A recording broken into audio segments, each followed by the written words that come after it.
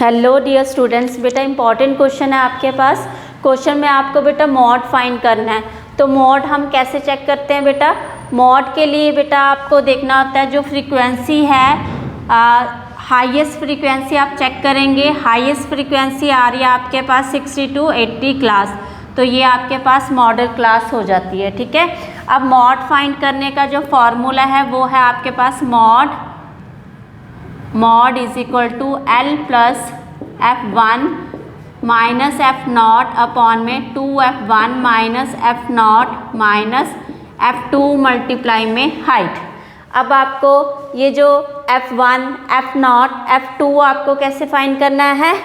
Model class के ही आप पास आएंगे बेटा यहाँ पे, तो ये आप 3 मार्क कर लेंगे। एक इसके पीछे वाली फ्रीक्वेंसी, एक इसके आगे वाली फ्रीक्वेंसी। ठीक है, इसके पीछे वाली फ्रीक्वेंसी प्रीसीडिंग फ्रीक्वेंसी ये होती है F1 और ये सेम क्लास की होती है, सॉरी F0 आएगा, ये F0 है।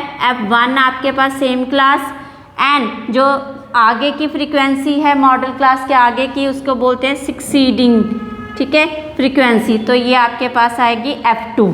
ओके बेटा, अब आपके पास लोअर लिमिट जो है वो मॉडल क्लास की ही आएगी। तो 60 to 80 आपके पास मॉडल क्लास है, L आपके पास क्या आ जाता है 60। क्लियर है बेटा?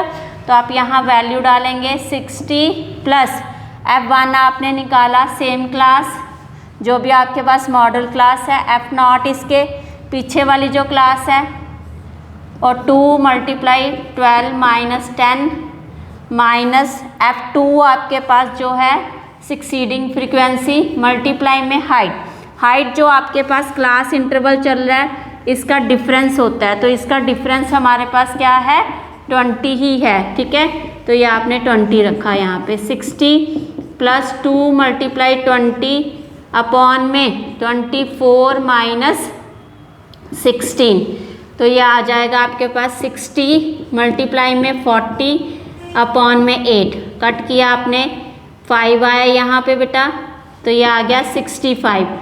तो आपके पास मॉड जो आया है वो आया है 65 आ गया। ठीक है, होप आपको क्वेश्चन समझ आ गया होगा। Please like, share and subscribe this channel. Thank you.